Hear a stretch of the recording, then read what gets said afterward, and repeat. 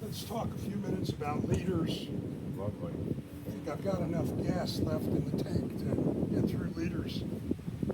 So when I buy a fly line, the very first thing that I do is I cut off the loop that's at the end of the fly line.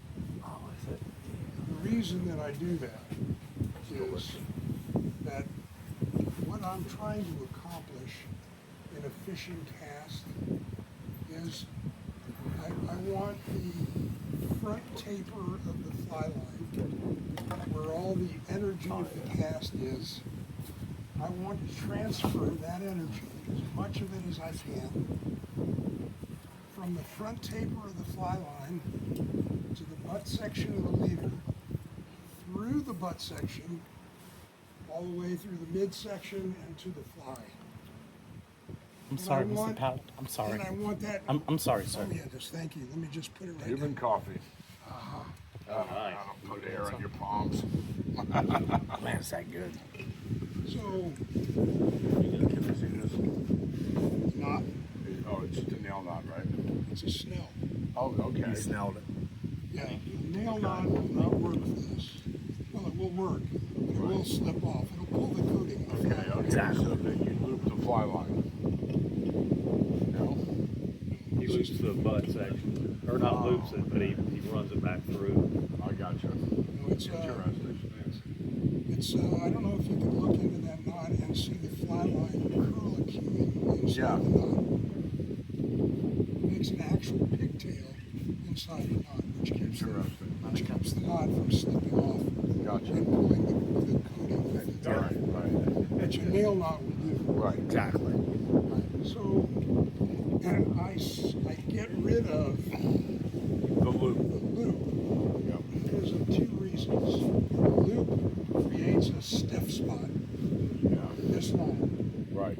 It also creates a heavy spot because the line is double to form the loop. Right. It's twice as heavy. Right. So when the loop unrolls and hits that stiff, heavy spot, the tendency is for it to kick downward, which interrupts the transfer of energy. Yes. So what I've achieved by eliminating the weight, I select a bucket section material that will give me a perfect transfer of energy from the unrolling front taper of the fly line to the butt section of the leader. So every bit of energy that reaches the end of my fly line reaches the beginning of my butt section. Back when we were growing up fishing, building our own leaders, there was a formula that George Harvey, was I talking to you about George Harvey, came up with. It was 60-20-20.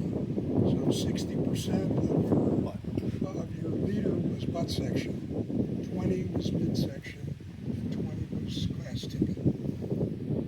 So that's what we did forever. Everybody did that.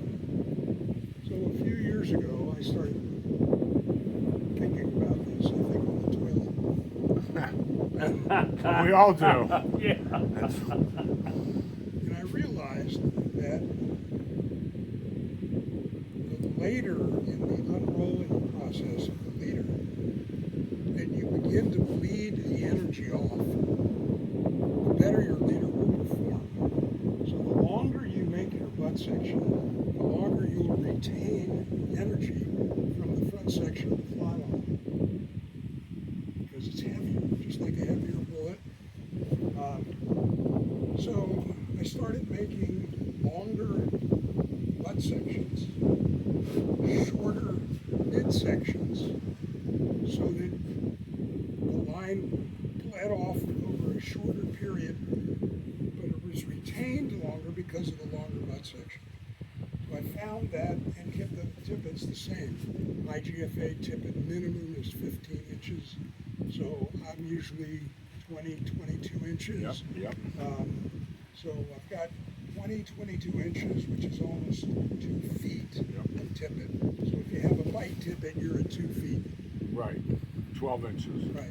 So now, typically, we used to use a 6-foot butt section. Everybody used to pull off the material, make it as long as their wingspan.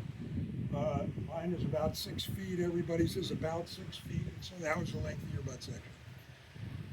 Now, I started making butt sections 9 feet long, 10 feet long. So the energy stays in the butt section 3 or 4 more feet. And what pound test are you using for your butt sections? It depends on the stiffness of the core of the fly line. Right. Because this is what I'm looking for. Right, exactly. This seamless transfer of energy. Yeah. So buying a box that has all these materials in it, if you don't have a material that's compatible with the end of your fly line, if the butt section is too stiff, you can't transfer the energy to it. The fly line unrolls, but it doesn't have enough energy to turn over this really, really stiff long filament. And So what do you? What? So you would not use fluorocarbon for a butt I section? don't use fluorocarbon for Right, anything. I got you. Take fluorocarbon back to Japan. Right, exactly. So what do you That's- find? I What do tend you to feel find the same material wise that you like? Do you still use stiff mason? I don't use anything stiff. What I want is the heaviest Okay. material that will give me this Right. transfer of energy. And I want it heavy because that's weight. Right. Right, And I okay. want as much weight as possible. So for a 9-weight fly line, would you use 50 or 60 pound butt For the section? 9 weight, I'd probably be looking at something like 50. Okay. And the material would be, Cortland makes leader material that is very, very big diameter, but supple. I got you. Cortland, Maxima. Maxima, Makes really, really, really great material. Hyundai. Hyundai is very good. That coffee's amazing. That's one nice thing about Frank being pretty handy to get a hold of. I mean, Tino? I can count the Tino? number. Yeah, Yeah. I can count the number of times he just come down and he told me he was with Flip just a week before that or something. So I want to just take the time. Cortland's impressive. They work with the fishermen. That's one thing about Frank. He will work with you. I like Frank. Yeah. Frank, I carry a good I hung bit of out with him Cortland at stuff. ICAST Yeah. at Cortland booth last year. I want to take the time to show you how to make that connection Okay. because it's invaluable. What I'm So going you to do use a piece of wire. Yeah. just anything. It could Right. be a toothpick. It could be. Right. That's. I'm going to go ahead and cut this. Uh-huh. I'm going to go ahead and cut this so that I can show you how I do this. He did a video online on YouTube and airboats it was like the cigarette boat this morning. Yeah, Every right, time yeah. he's trying to explain this thing. Yeah.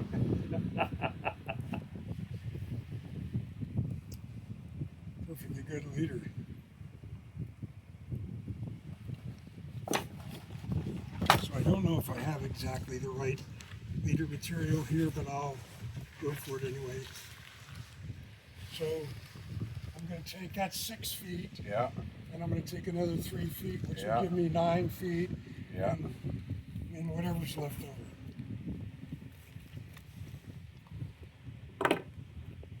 And this is how easy this connection is. People say, I can make this connection as fast as you can do a loop-to-loop connection to that stupid loop. Yeah. Watch how easy this is. I'll talk my way through it. So you take a stiffener, it could be anything, and you just align it with the end of your fly line, like that. Then you take one end of what will become your butt section, one end of this 10-foot piece of mono, and you lay that right in there with the end of your fly line. Okay. So you got everything just grabbed together in your hand. Then go to the other end. Take the other end of this piece of monofilament and put it in the same hand, but going in the opposite direction. So all I have is a big circle here. Yep. Put all my readers. Eyeballs. Yeah. Then you just take this part of the line and you make a 7 turns Yeah. around everything. And are you wrapping away from your fingers or toward your Back fingers? toward Yeah. my fingers. Yeah. Right. Yeah, right. that would, yeah. You know when you do a nail knot, all the bullshit you have to go through? I'm done. Yeah, I'm done here. right. So all I do is, now I grab the part that will become my leader. Yep. I'm just holding it all in my fingertips and pull on it. I like to hold this in my mouth. Yep. I just pull on this. Yep. And that's it. And It's that's done. it, yeah. Then I hold it again. Yep. I pull the stiffener out. Yep. Why is it not coming out? Because you pulled it down too tight. I did.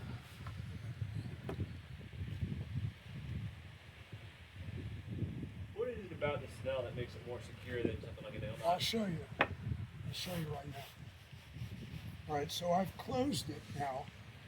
I still need to tighten it, but I'm going to use my pliers to tighten it, but the knot is done. Yeah. I mean, it's all done.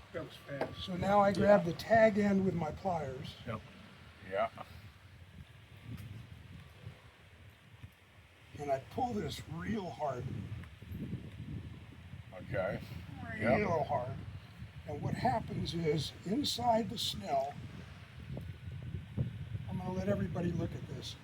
The fly line actually makes a curlicue inside the Snell, Okay. which holds it from slipping off the coating of the fly line. Yeah.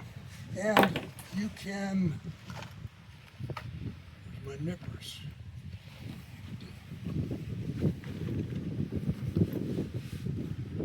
Yeah, you need some fine nippers to trim that baby tight.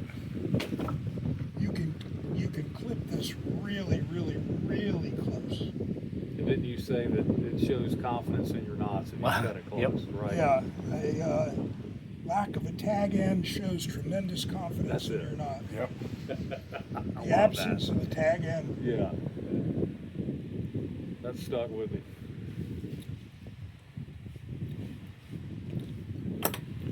All right.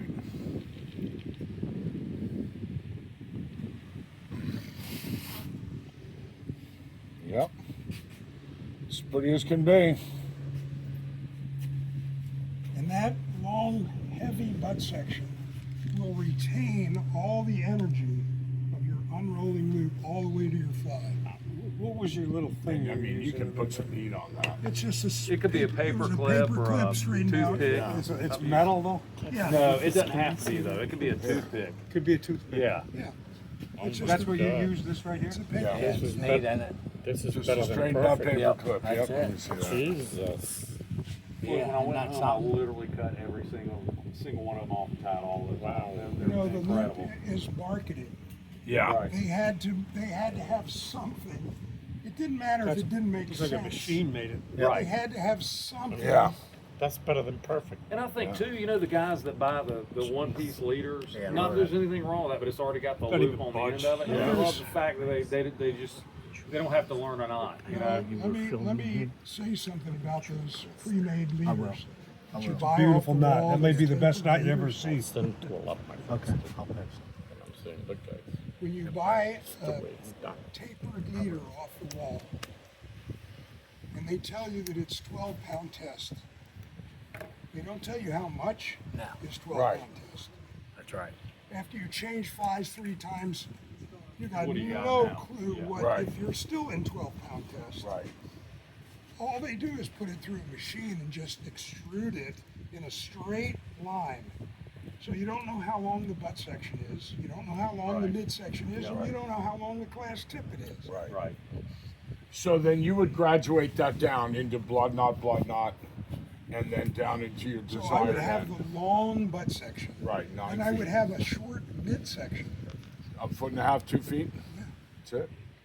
Interesting. And then I would bleed that energy off quickly to the class tippet. Now would you use a loop-to-loop connection there? So that you're gonna tie a blood knot into your Now, if I tippet were class, or would you go, how would you to my tie? class tippet, Yeah, a blood knot. you're right. Now, Okay. let's say I was using 10-pound Right. as class tippet. Right. I would use an improved blood knot, where I Okay. doubled the class tippet Right. Okay. and tied Yep. a blood knot Gotcha. with that. So I Gotcha. made sure that I didn't lose any breaking Right. strength Right. to the What's the name of this? snell. Snell. Snell.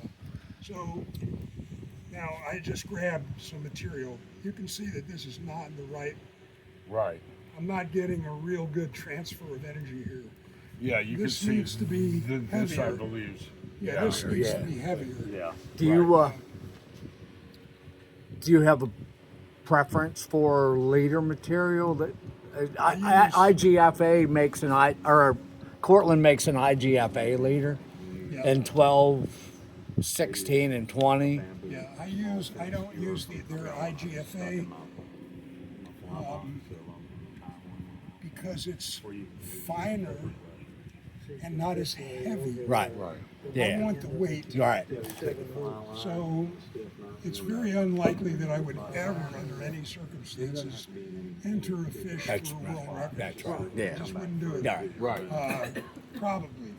Not that I have anything against Right. it. I just never. But, Right. but I still want to use 12 pounds. That's right. I still want to use 15, Yeah. 10 Right. kg. Right. I'm still going to use IGFA designations. Right. People don't realize there's a lot of people that do that. I mean, we talked about that, the number of people that actually fish IGFA anymore, but there's not. a lot There's of hardly there's a anybody. lot of records that are submitted that fail The line over test. Yeah. that where it does overtest. So I And, mean, you know, that's kind of the problem that I have with it all. Right. Because everything is measured with a micrometer. So if you buy 10 kg, it's put on that spool based on the diameter that's measured with a micrometer under a pretty scientific type Right. of setting.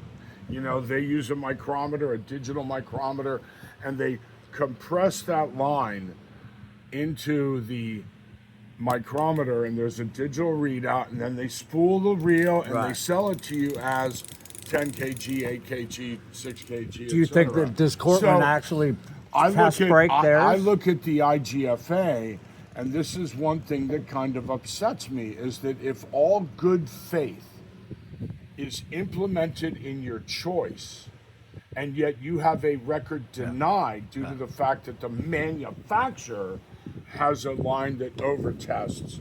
It's not really your fault, and it all is based on the measurement in the micrometer. So they could see what the measurement in the micrometer is and kind of give everybody the same little tiny bit of leeway in your record application. What is the micrometer? It measures the diameter of the line. Now, so 10 kg has a certain diameter, 8 kg has a certain diameter. They should. Well, they're usually labeled. Okay. The diameter of the line is a function of the manufacturing process. Correct. So it has nothing, the thickness has nothing to do with the breaking strength. I get that. IGFA is only concerned. In breaking strength. Right, right. So when I buy monofilament and I'm trying to be IGFA legal, I could care less About about how it mics. I don't even pay attention to that. Right, but so you have to buy tournament quality type line to be IGFA compliant then. Like you got to buy something like Andy Green. If you were going to, yes. You If you know. were going to, but here's my theory on that. Right, I know, I take the time to know the monofilament. Right. I know that Cortland makes, for example, and Maximum make tournament tested That's right. material. Do they have to actually test that, purchase break that. test that? They They are. do. They have to. Very Yes. fine diameter. Right.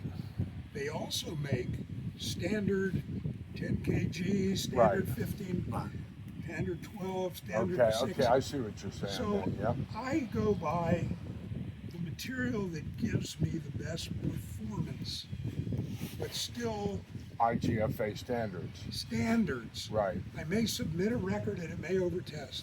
Right. I don't care. Right. But I still feel like I'm using IGFA. I'm not using straight 50. I'm Right. not Oh no, using- I get that. Yeah. Yeah. I'm Yeah. tapering my leader Believe in me, a yep. traditional Right. fashion. Absolutely. And so I'm satisfied with that. You may want the record. That may Right. be important to you, which is fine. Then you should use Right. The idea. tested, Right. guaranteed, certified braking strength Right. material. Right. To me, I don't care. Right. Right. Right. But I I get, want to feel I get like that. I want to feel like I'm fly fishing. Right. Exactly. Exactly. Fly fishing, not just using fly tackle. You know? Right, Yep. exactly, exactly. It's important to me, and I know it's Right. important to you. Yeah, And- I mean, like in Louisiana, we tie 20 pound basically to our fly, and then throw it at a 30 pound redfish. You know, you're gonna hook them here, and you're gonna, you know, they're gonna the fly. The actual eye of the hook is usually outside the mouth or close to it, and I've even had it inside the mouth, but they don't have aggressive teeth. And I've fought 30 pound redfish on 20 pound, even 16 pound right to the fly, and caught them with little to no problem. Well, here's You know? something that you may want to think about. I sometimes fish 10 kg. I think of 10 kg as 20 pound test. Right. I think of that in my mind. It's really 22 2 point point. something. Right. So if I buy somebody's 20 pound monofilament that gives me the right stuff that I need for my leader performance, Right. and I'm buying 20 pound, I feel like I'm still throwing away 2 point something pound test. Right.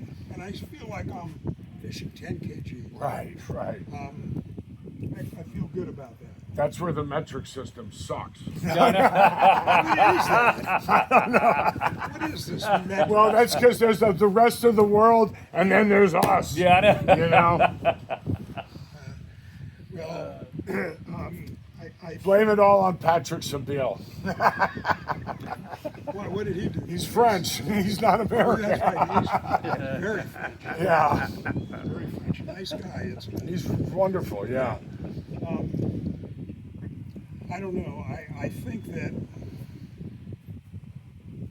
it's like so many things today.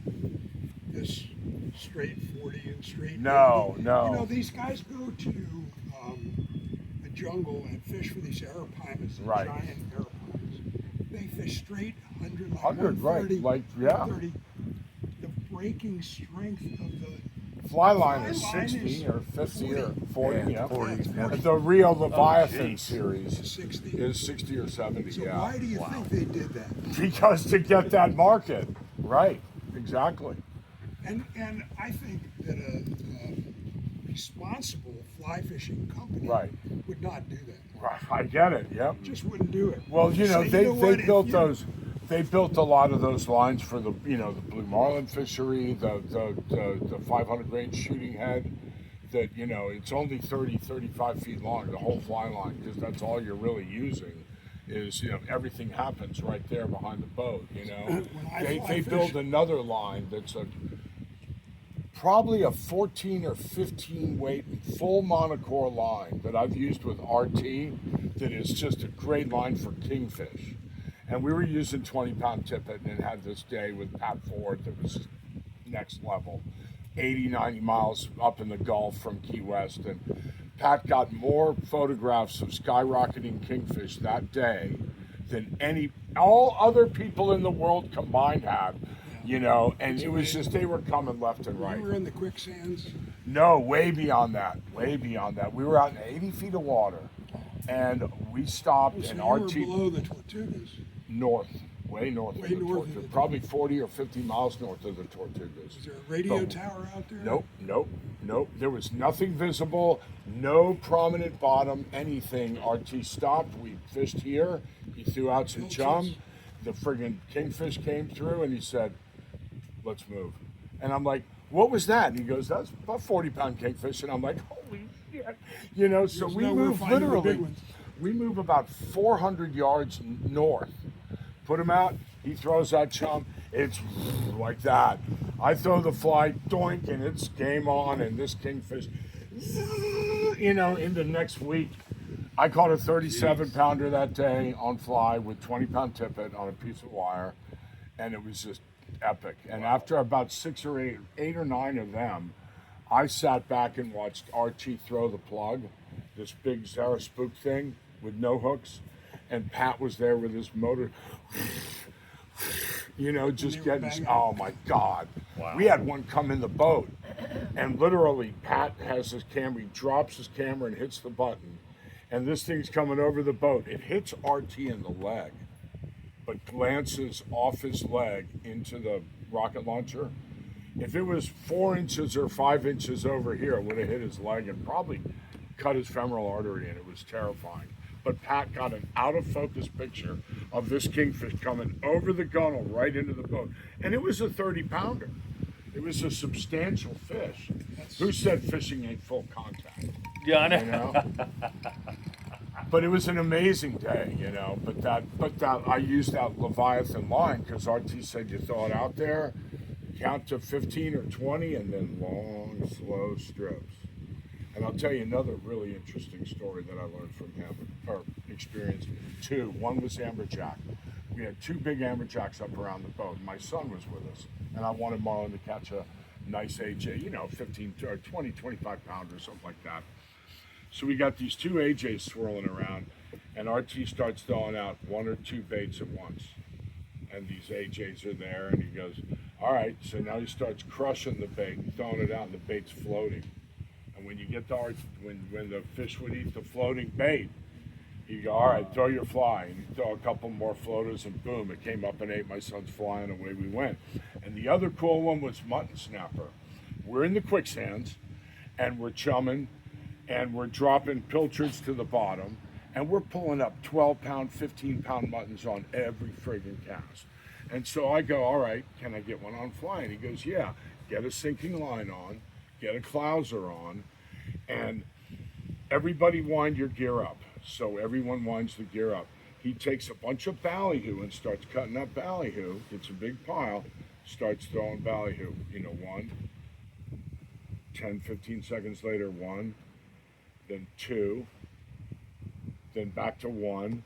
After about 100 yards from here to the end of the dock drift, he goes, all right, somebody hook up a pilchard, drop it to the bottom. You're probably going to catch a mangrove. Rufus, throw your fly, drop the bait, throw the fly, up comes the mangrove, and up comes a 12-pound mutton and eats my fly.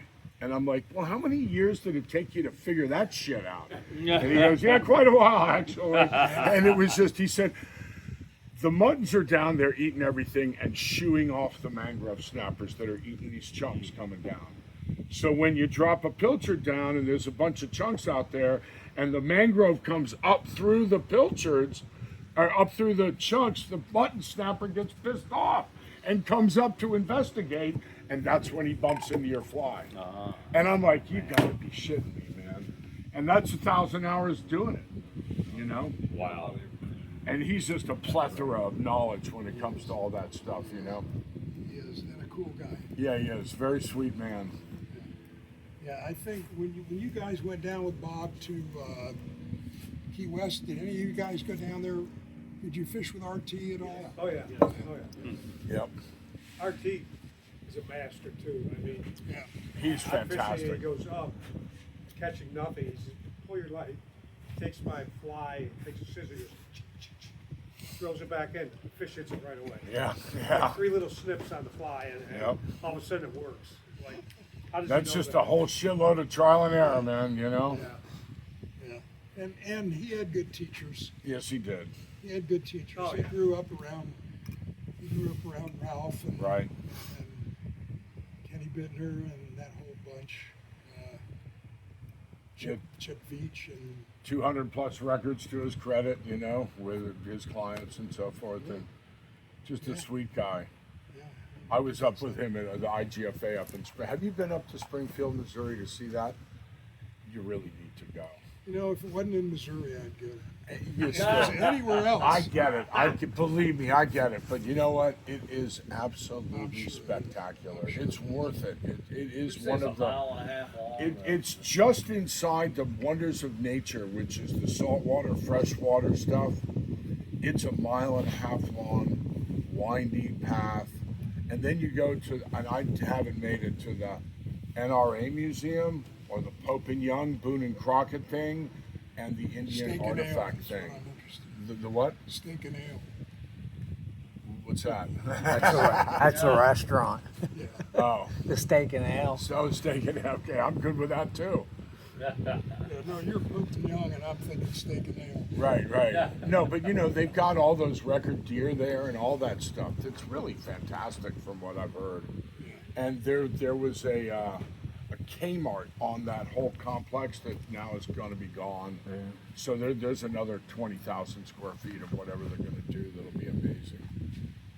It is a spectacular visual. Did you see that trout stream that they have there? Dave Whitlock designed a trout stream No, there that's on the same property. It's supposed to be. It's probably spectacular. Supposed to be. Yeah, Dave Looking just for this? no. I just looks like something. What is that? cookie. Make sure she don't sit Right. down on that. Right. I didn't want you It's to not a sit on squirrel that. turd. That's what I was wondering. I've been sitting on it all day. Yeah, I was like, Dave just passed last year, didn't he?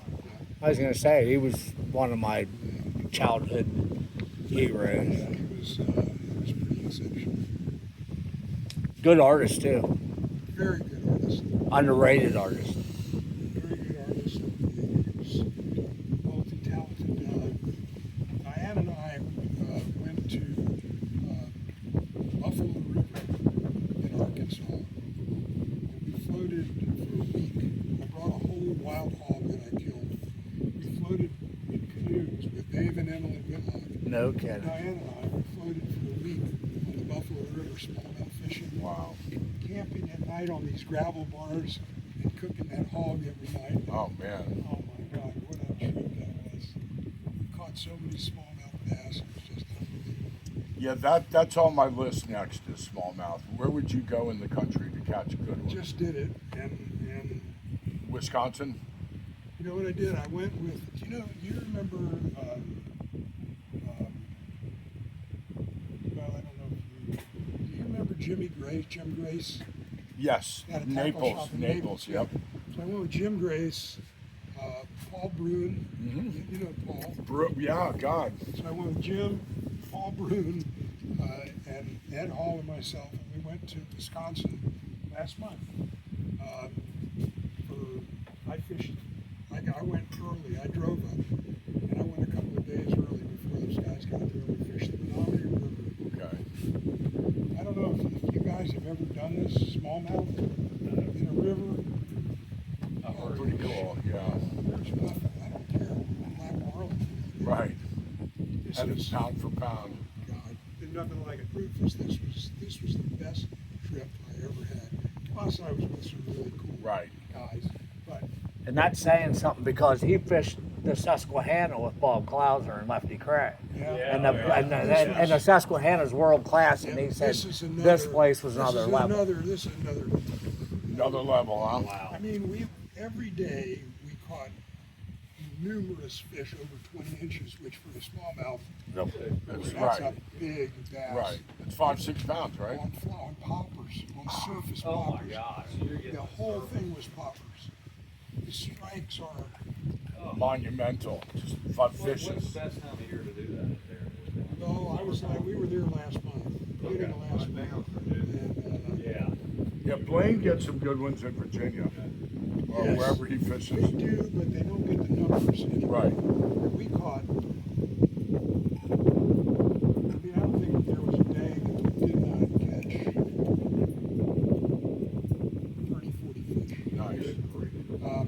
On Fly, that makes it worth it. Now on the new river and the Right. rivers up there where Blaine fishes, first of all, I don't even know if they're ever going to fish again. Right, Some of those rivers. right, Yeah. right. But Blaine told me that they're down to like 4 fish a day. Yeah, it's a Sometimes lot of they'll get a effort, big yeah, one, right. but they're 4 fish a day, and I'm telling you, you are casting all day long. Yep. When you cast, they have this thing. You want to go when the water levels are low. Right. So when the water levels are low with a popper, if you pop aggressively, it scares the bass.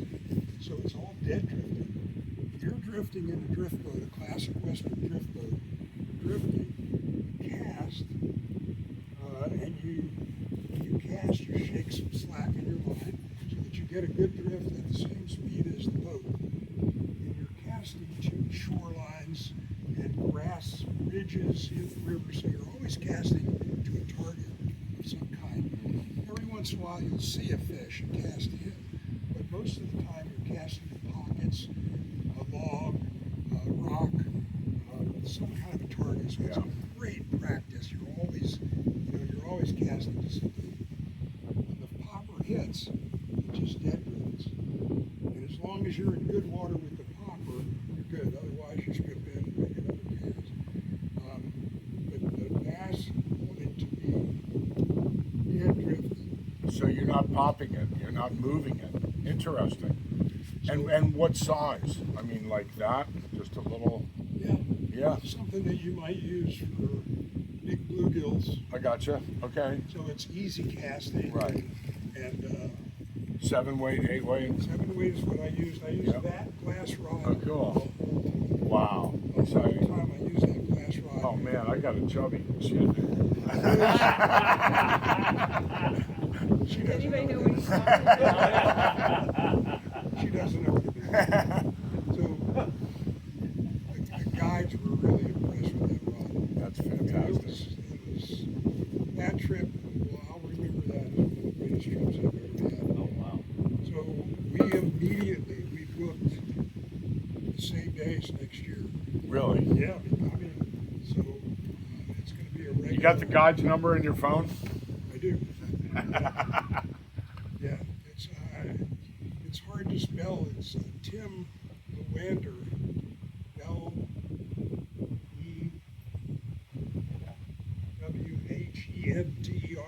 I'll text it to you. All right. He's got a little fly shop in Green Bay. So if you're going to fly up there, you fly into Green Bay, and the fishing is about an hour and a half, 2 hours above Green Bay. You're getting up toward the Upper Peninsula of Michigan. Really, really, really worth doing.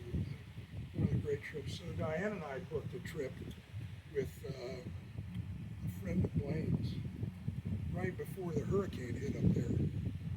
And so the hurricane's coming, and I called the guide up and I said, "Hey man, what's it look like?" Yeah. He said, "Oh no, we're going to be fine." He says the water will be up a little bit, but we should be fine. And Diane and I are looking at the storm, and we live with storms. After you And lived through all those ones. seen a lot of storm, and I looked at Diane. She looked at me, and we booked this lodge on the river, this beautiful lodge. You couldn't get your money back. It was a fabulous thing. And we looked at each other and we just said, "Daine, these people don't realize what they don't have any idea what's coming." Right. And so I called the guide back up and I said, "Look, man, if there's a cancellation fee, I'm glad to pay it." I said, "But I don't think it's a good idea for us to." Right. He goes, "Oh no, no." He goes, "It's no problem." He goes, I said, "Well, we'll rebook." And then, sure as hell, that storm. What was it, Helene? Yeah, Helene, He yeah. actually called us up a day or so later. With "Guys, I'm so glad you canceled. It is so bad up here. It hasn't stopped raining in 4 days." Yeah.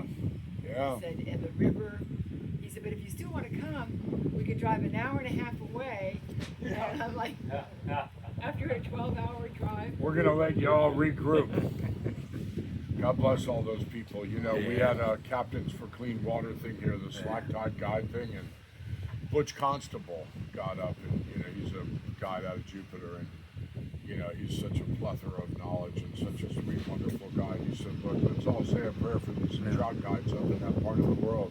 They lost their fishery in one day. Yeah, they may not ever get it. They may not ever get it back. Exactly. He said, these rivers are gone. There is not a living trout there, and any trout that will be alive will be eaten by the striped bass. He said there may not even be any striped bass.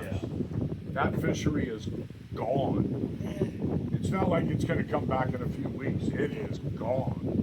Non-existent. It'll be somebody's lifetime. Yep. Yeah. Terrifying. You know, we have storms and it screws up a flat or, you know, the Indian, I don't whatever. think anybody expected that. No. No, we didn't, and we didn't expect it. We expected high water. Right. And I And hate some high wind. water. Right. So that's what we expected, high water and wind or something. Right. Yeah, like 3 feet high, not Yeah. 20 feet high, Right. you know? 24 feet at once. Yeah. Yeah, with houses going by while Right. you're trying to. No, people Yeah. died, Hey, lots of hey, you got a pattern for a house? Yeah. They said there's 600 in the hospital in a ward. What? 600 dead people. I'm not in surprised. Mission Hospital. And those are the in ones they Asheville. found. Yeah, they don't know who, found. they don't know who they are yet. No. Still missing too. Yeah, yeah. Now, that number's going to be a lot bigger, unfortunately. A lot of those Yeah. communities up there. It's the worst death. I mean, a friend of Oh, mine's yeah. parents live in Maggie Except for Valley on a Orleans. road that Yeah, goes yeah. up and dead ends. I mean, who would think? They didn't know there were 14 other houses up there that Everybody slipped down the backside of the You know, mountain. you're in the They had no mountains. idea You don't have that. anyone even lived up there. And the North Carolina National Guard came and got them in a D9 bulldozer, a big planetary gear bulldozer, with a tow and a flatbed to come and get their truck. And they loaded their car and down the mountain and went. Wow. And the guy had to walk down the mountain and stand there and wait till someone came by. He said, well, we're up here, and they had no cell service or anything. That's, you know, there's a lot to be said about a two-way radio with somebody in Sat town, or phone. at least a sat phone, Yeah. or you know, even a Garmin InReach that you can text if you can Bluetooth into your system. Yeah, You know, and Elon put a bunch of, you know, SpaceX or not Starlink. Starlink, yeah, up there, But which you know is something, safe. those things are going up every other day. They are. We live right there, those things are going up Yeah. every other day. Hey, you said Well, there's you know- rockets every day going up. Yeah. It's crazy. And I mean, why not? You know, there's and the Starlink satellite, you can buy one for $400 or $500 now. Oh yeah. You know, It's and close it's to right. I mean, my 400 sister meg. lives up in upstate New York, and you know, they wanted $100,000 to pull a cable to her house. Did you see the minis? Yeah, Oh, that's yeah. Those are nice. yeah. And I mean, it's a game changer. You know, it really is. It's a I game just wonder- changer. but you have to wonder though, all that stuff floating around the universe. How much is too much when you're shooting up a rocket? Oh, I Things get through it. the I way? get it. Believe me, I mean, get I it. saw one of those Starlink. They look like beautiful crystallized necklaces, and they're not that far up. They're only 150 or 200 No, miles. they go But- right by you. Yeah. I think Elon designed them though. When they get into life, they've got some kind of automatic system that guides them down, like a control Is that true? return. Yeah. Control yeah. demo. Yeah. I mean, I read that. it's all. I like, mean, the record space of, like, station's popular 250 mechanics, miles something away. like That's that. not even to Jacksonville. Almost to Jacksonville. It's really not that far in the grand No, scheme of I mean, the when you're- infinite. You just The gotta wonder infinite how much boundary can of be the up there universe. without it. Yeah. My buddy Graham Hegemeyer lives in Charleston, Right. and when they shoot a rocket off here, he sees it in Charleston. Yeah. You Yeah. know, like, Right. well, the Earth turns. I mean, the satellite's going straight, but I mean, the rocket. Well, the rockets Goes all come straight. down range. They say that they use the gravity of the Earth to propel them out into the 250 What the miles. rocket is just going like this. The Earth is going like this. Yeah. The Earth is going like this, and the rocket's just going like this. So I mean, it comes by here pretty quick. yeah. I mean, it's, you know, the Earth rotates at 1,040 miles an hour is our rotation on our axis. And we're going 1,040? 1,040 according to Who the knows that? Who would have that? NASA. So then the Earth, Why would you- the Earth rotates. We orbit the sun apparently at 67,000 miles per hour. That's right. Okay, now here's where it gets real weird. The sun, This is weird the enough. sun is moving. The sun, because it's in the Milky Way galaxy, right? We're in the Milky Way galaxy. So the official narrative is the sun is moving at 545,000 miles per hour, 93 million miles away from us, and everything is revolving around it like this. Where's it going? Is it? And the North Star every night is right there. Yeah. Because, once again, excuse me, I step out the back door to howl at the moon while I pee with my dogs, and I look at her every night. She's right there. Yeah, Never changes, been there forever. I like looking at the North Star. So do I, Polaris. And another interesting thing is if you look at the Big Dipper's relationship with Polaris in the 4 seasons, on the autumnal equinox and the vernal equinox and the winter solstice, summer solstice, looks like a swastika. It's the same damn shape. Right, So but you weird. know how to find the North Star? Yeah, it's 7 lengths off of the thought it was outside 5. cup. Five Six, from the top 5, of the 7, cup. 6, 7, Yeah, it's whatever. 5. Right. It's always there, and it's a little bit. If you look at the outside of the bowl of the Big Dipper, it would be at an angle just a little bit like that, and it's fascinating. 4 fingers, 5 fingers, you said? I think. It's 7 lengths. It's okay. So Ursa Major No, it's 5 lengths of the depth of the cup. of the depth. Okay, 5. Yeah, 5 lengths. So I've if you always take the cup right. and you go like this, Right. and you're And- 1, 2, yeah, 5, 6 yeah, lengths, 5 something depth, like that. 5 Yep. of the depth of the cup. Yep. Right. Wow. But it's always there. Ursa Major, Ursa Minor, Orion. So one night when you look up and it's not there, give Right. me a call. Right, Yeah, exactly. yeah, So ready? There's another one that's pretty interesting is what is an age? A what? An age is an age. We're in the age of Aquarius. We just went into the age of Aquarius. I thought we've been in that since the 60s. 60. No, Yeah. we've They, been they in the sang age of about it, yeah, Aquarius remember? Since June 21st, 2020. We officially entered They were the age singing of about Aquarius. it way Yeah, back. yeah. That's right. That was well, Yeah. Billy, whatever, and Marilyn McCoo were ahead of themselves when they wrote that song. So an age is 2,100 and I think 60 years. So now we're just coming into We're it? just coming into it, and this is where our celestial clock, if you will, shifts 2,160 years to create the solar. Hang on, how does it go? Solar noon, the constellation that appears behind the sun, determines the age. And on that day, we shifted into Pisces. Was the shifting of the clock, if you will. It takes 25,920 years to go through a great year. You know what? You're making this shit up. No, I'm not. No, he, Absolutely So not. wait a minute, what happens when you reach the age of Aquarius? What happens to the planet? Nothing. Anything good? We're in it. I know, but doesn't, I You mean, get we're the- in it. no, What Right. happens? You get the first few. What is the duration of an age? Do we get free coffee? Do we, you know, You get the first female get better president. interest? Hang on. yeah, no, Get no, I better ain't gonna interest happen. in your bank No, you don't account? get anything. Huh? You think it will? You don't get anything? No. I hope not. Well, My then how God. boring is that? Yeah. Me too. You and me both. See, brother. this Me and is you just both. stuff that nobody That's pays boring, attention though. to, but I do. You know, this country's. There's gotta be something for it. Yeah, I'll tell you this, guys, because I live in Miami. If we didn't have Cuba in front of, like, on the southern coast of Florida, nobody can live there because all the hurricanes go through there. And then with Cuba, which is hilly, it's like a shield. Yeah. You know, Did they ever get their power once, turned back on? Once it goes into the Gulf, nothing can stop it. There's nothing in front of it. Right. But we have Cuba right there that diverts all those storms. There will be no Miami. Right.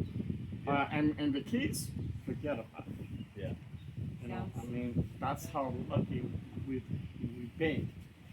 But unfortunately, the people in Cuba is where I'm Cuban. I came from Miami. I came from Cuba in 1960. Oh, Right after, So, right after Chico.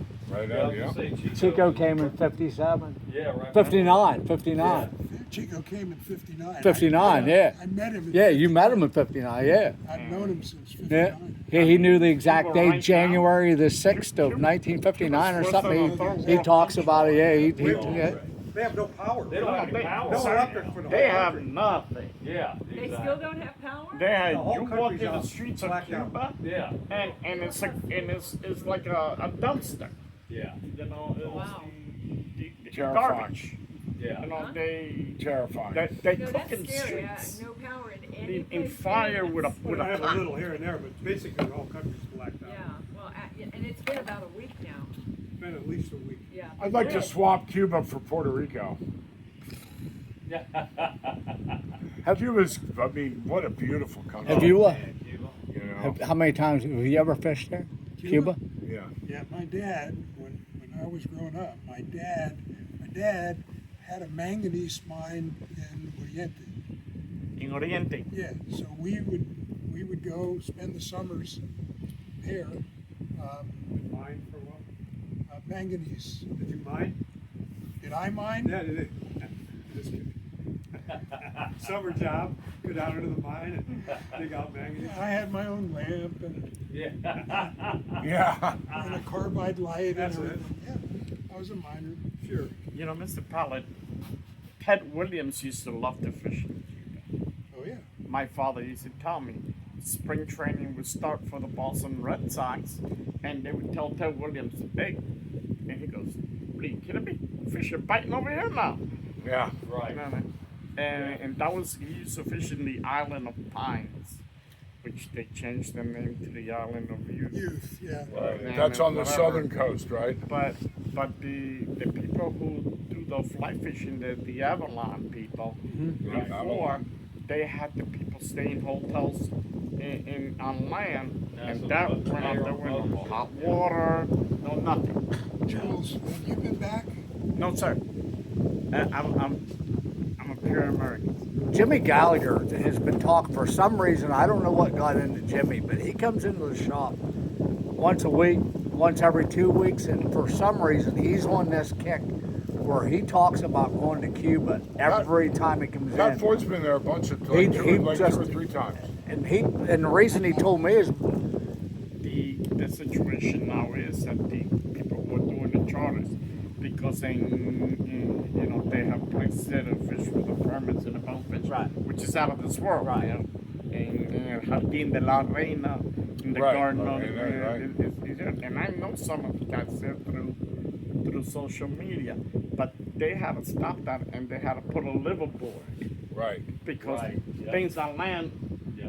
I mean, got bad. I mean, Yep, no electricity, no air conditioning, no hot food, no place to shower. And I said, so what the hell am I paying $50,000 a week for? Right. That's just insane. No, so they had to Cuba, get a right, it's liveaboard 90 miles away. in Right. order to And we let it get continue that their bad. business. Wow, it's just But right can you there. now fly to Cuba? like from here to Miami. You can fly You know, And it's just a mess. yes, The government you is can, powerful. I mean, we but Well, I mean, where you want to We go to should Cuba? have. We should have. You gotten can, more but you- involved. We were I'm gonna go. supposed to. you can because but you have to go. You have to get a form, fill out a form for humanitarian. Bay of Pigs was a drag. You can and take all that something stuff. Really bad. They like you screwed can it you up. can say, okay, I'm going there and I'm taking. Who was telling us about that, Rufus? The humanitarian. You go to Cuba, you got to fill out You a got to go form. through a missionary or A a church thing. humanitarian. Yeah. Do you know who Randy Wayne White? Yeah, yeah, the author. Everybody Doc knows- Ford. Sanibel Flats, Yeah, yeah, Doc all that, yeah. Yeah. So Randy, if you don't know this, Randy is a senior baseball player in the senior leagues, and he's on a team. He's been a senior player. He's a very good baseball player. So he hooked up with Walt Disney's grandson. Goes back several years. You may know more about this than I do, but evidently in the the 50s and in the early 60s, there was a baseball team in Cuba. I'm trying to think of the name of it. It was, I forget what league it was in, but anyway, there was this really great baseball team in Cuba. Had a pitcher, a left-handed pitcher that they called El Tigre. So Randy played against them when he was in whatever this league was. You know, I don't know much about baseball.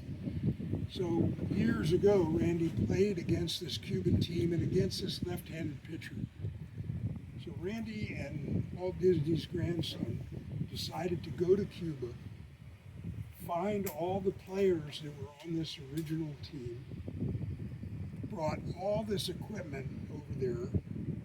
They actually rounded up all these players, including El Tigre, and they practiced for several months down there. And he was just as fierce a pitcher now as he was then. But this, I'm going back now, this was before COVID. So they brought with them, and then at the end of this period, whatever it was, they had this game where they played them again for, you know, to see who was going to win. And the Cuban team killed them. Yeah. So they brought all this stuff for young kids, you know, catchers and Right. stuff, and masks and gloves and balls and everything to give to the kids, because the kids had nothing. You know that when they left, Castro took all that equipment away from the kids and wouldn't let them have it. He's such a nice guy. So Raul. Was that Raul? Guy. Yeah. No, So that's Randy- Fidel? Fidel. Okay. So Fidel was still in. Randy got whatever Disney's grandson was. They bought all new equipment, and they got some fast boats, and they went down there one night and gave them all new equipment again. I don't know if it ever got Right. They taken did. away from them. They brought them all this equipment back a They second time. they actually knew it was gonna happen. So what they did was the stuff that they gave the kids was almost like a decoy, because they knew it was gonna happen. Right. They took all the other equipment and hid them somewhere. Gotcha. And so when they took all that equipment, they went, don't worry, we got more. Right. And they brought out all this equipment and gave them to. Yeah. You know, No, Mr. it's Pallot, you could have been a great news guy reporting, and I'm going to tell you why. Because your pronunciation is perfect. Daine. You said Daine. Tina. Yeah. I don't think nobody would have pronounced it better. Right. You're Yeah, probably Tigre. hanging around with Chico and the Cuban guys. You know who did something similar to that? You know who Ry Cooter is? Yeah, right. Sure. Yeah. So Ry Cooter did that Up till same you thing drop with or the something, Buena Vista right? Social Club. Are you familiar with? I'm sure you are. No? Okay. So there was a group, a band in Havana called the Buena Vista Social Club, Okay. where there was a club, and it had like 6 or 8 artists. The most prominent one was a guitar player whose name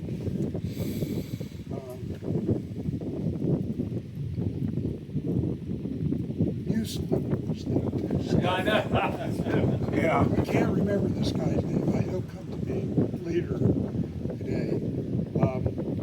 So anyway, Ry Cooter went on one of these